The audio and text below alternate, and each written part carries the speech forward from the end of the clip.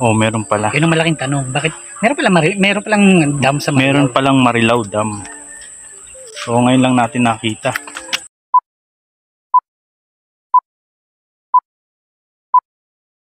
Ayun na nga guys. Galing tayo sa Divine.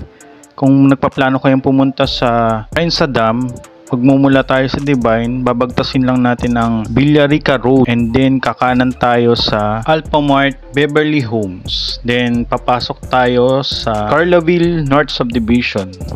May mga liblib na lugar na madadaanan.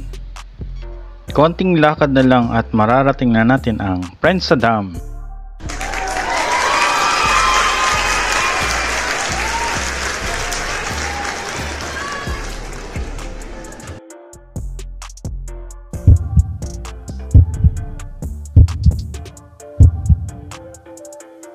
Hi guys, andito tayo sa Marilao Dam. Tinuro lang sa akin to ni Mr. CI. Subscribe kayo sa kanya, Mr. CI. Check in daw ang Mr. CI. Sinamahan ako dito para paliparin daw natin ang Marilao Dam. Ang Marilao Dam ay tinayo noong 1895. So, noon nagagamit pa para mag-supply siguro ng mga tubig sa palayan, mag-control sa ilog. Kung makikita nyo dun sa ilog, may ilog dun sa dulo. Nga lang ngayon, abandonado na. So ginagawa ngayon, pasyalan na ng mga tambay. So, meron palang dam sa Marilao. Oh, meron pala. Yun ang malaking tanong. Bakit? Meron palang dam sa Marilao. Meron palang Marilao Dam. So ngayon lang natin nakita. So ang gagawin natin, sa ibang di nakakaalam, talagang magugulat na meron palang Marilao Dam. Ayun. Ang gagawin natin, paliliparan natin siya. Sige, paliparan na natin mga kabubuyog.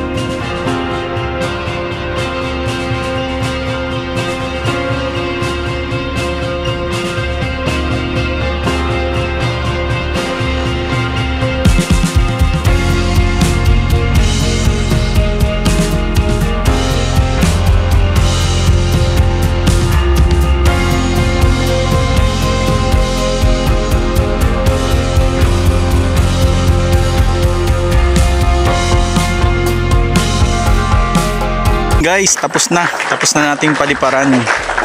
Makikita nyo doon sa medyo malayo, may ilog pala, may mga ibon din. Medyo nakakatakot magpalipad pero okay naman.